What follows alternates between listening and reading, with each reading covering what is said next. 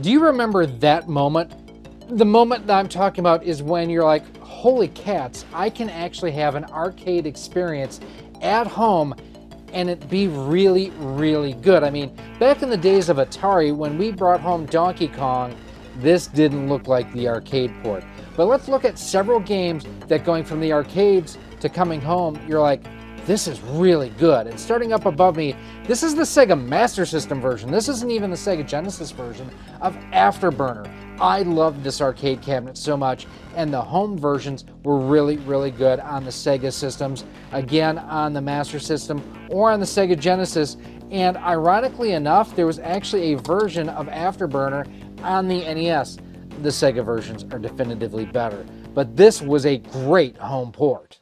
Up next, Pac-Man for the NES. I mean, it's not pixel perfect, but it's really good. I mean, compared, again, to what we got on the Atari 2600. Look at these graphics. The sound effects are there. The power-ups are there. The ghosts are there. Look at this. For some people who don't have the trained eye, they would have said that this is the arcade port.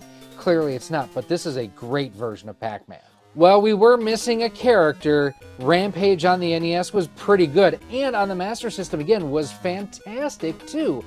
It's kind of neat. I've been able to meet Brian Collins, the artist behind the monsters here in Rampage, but this has always been one of my favorite arcade games and one of my favorite NES games.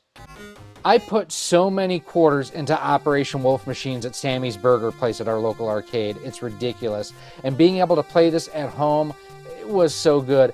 Now, the great thing about this was you would be able to use the Zapper light gun back in the day on a CRT. Now I can actually still play, though, using a D-pad and being able to scroll around on screen this way. Such a great game. I love it so much. And it was one of those that it was almost a perfect arcade port back in the day. This had to be number one. I mean, going from the arcades to the home, it has the arcade game in the title of it. I mean, that's how much they're trying to tie into that experience. And again, looking at it comparatively speaking, graphically not as good as the arcade. The arcade was closer to a Super Nintendo versus the NES. But for on the NES, this was so good.